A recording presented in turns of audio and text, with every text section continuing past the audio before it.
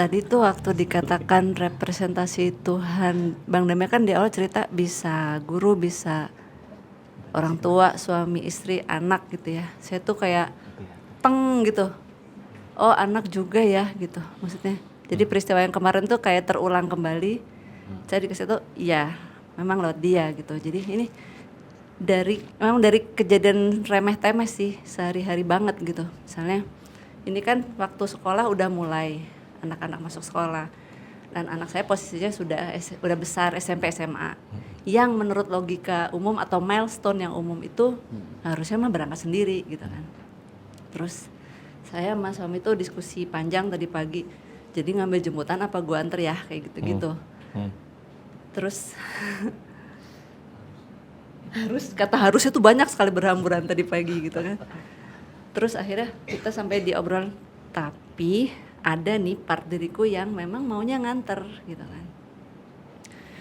Akhirnya kita berdua kayak saling menguatkan di yang itu gitu. Kita berdua kayak ayo nyalakan energi yang itu gitu. Waktu itu saya belum ngeh bahwa semua rangkaian kejadian itu ya representasi dia gitu. Kenapa? Karena yang kata harusnya yang paling mengganggu kita adalah tadi itu, ini tuh umur segini harusnya nggak gitu kan. Terus ketika kami udah nyerah gitu ya, ngikutin yang pure, mungkin Bang Dami suka bilang itu, terbukalah ke kami berdua bahwa ini tuh dikasih tahu ininya apa, hacknya tadi mungkin rahmat Tuhan, buah-buah ilmunya tuh dikasih gitu. Jadi kita tahu kenapa itu harus dilakukan gitu. Iya, dulu ketika mereka kecil, aku ingat banget kita selalu bersama. Maksudnya saya dan anak-anak. Tapi engagement tuh kurang. Gitu. Jadi ya Tuhan terima kasih. Saya seperti dikasih kesempatan bayar utang gitu. Sebelum mungkin di waktu saya yang terbatas ini gitu. Dan dia pun dapat hints yang lain gitu bahwa apa ya, coba kamu saya juga gitu. energi apa kan sering lihat Bang Dame tiga fakir ya, itu tentang aliran energi gitu. Saya bilang sama Ria, kalau memang Tuhan kasih jatah, kita harus memberi kasih sayang kepada anak ini 1000 lah, anggap kita konversi ke angka tuh, harus ngasih 1000 gitu. Terus dulu itu kita belum ngasih 1000, itu kan pasti akan dituntut terus 1000. Ya mungkin ini waktunya kita dikasih tahu ya, sekarang ini kita harus menggenapkan 1000. Kalau enggak diulang lagi. Mau sampai kapan gitu kan? Suara-suara hati ini nggak diikutin mau sampai kapan gitu? Mau nurutin big other gitu ya? Ya pantas nggak pantas gitu? Ya kira udah kita hilang, kitanya nggak apa-apa. Yang jalannya kita kan, gitu sih Bang. Ya. Silakan Mas, ditanggapin.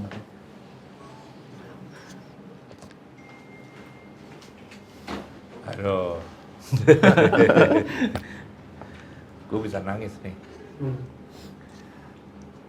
karena soal harusnya itu kalau saya pribadi itu adalah putri sulung saya, kakaknya dia gitu, pengen nikah sama orang Perancis, ateis pula gitu kan. Kebayang nggak saya mengolahnya sampai akhirnya kemudian diselamatkan oleh Bang Dame, calon suaminya waktu itu, kemudian berhasil dinikahkan. Kak Abi juga sama Bang Dame waktu itu hadir di pernikahannya. Jadi saya bisa ngerasain gitu ya, bagaimana sih orang yang terdekat dengan kita gitu memberikan pelajarannya itu kadang-kadang tuh bikin KO gitu loh. Betul-betul bikin KO. Dia ngerti lah maksud saya gitu ya. Sekarang putri saya udah pindah ke Perancis, nikah, tinggal di sana gitu ya. Saya jadi baru lebih bisa menyadari pelajaran yang dia kasih ke saya itu begitu sudah berjarak malah, dulu berantem terus. Tapi rupanya itu sebetulnya saya sedang belajar. Kalau menurut kepatutan segala macam kan itu jadi kata orang kan ya. Iya. Wah ntar gimana ini gini. Nah, tadi yang saya dengarkan adalah, oh ternyata memang akhirnya kembali kepada kebutuhan anak ini begini kok. Iya. Kami sebagai orang tuanya siap kok. Dan kami siap untuk jadi bemper lah gitu ya, apapun. Nah, itu saja kan sebetulnya sudah bukti kurbankan akal budi gitu.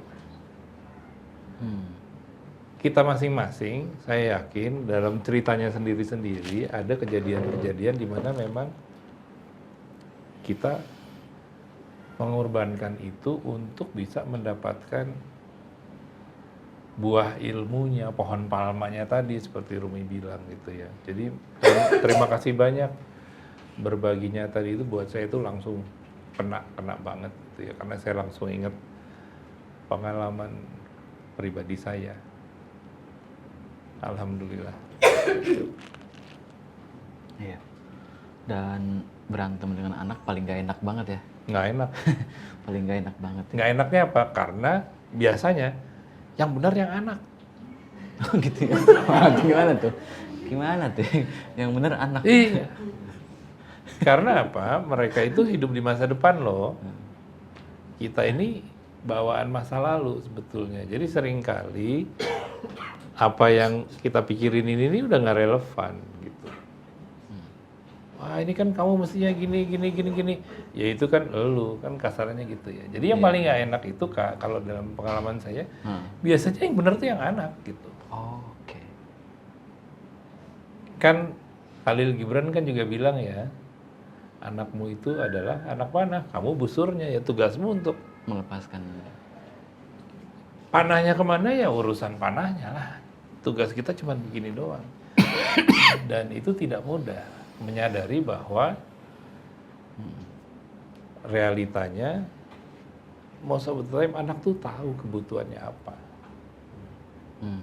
Jadi sekarang ya saya kalau ngelihat pasangan yang anaknya tuh masih bonding sama orang tuanya, alhamdulillah, mudah-mudahan bonding terus sampai remaja, ntar biasanya ributnya di situ kan gitu.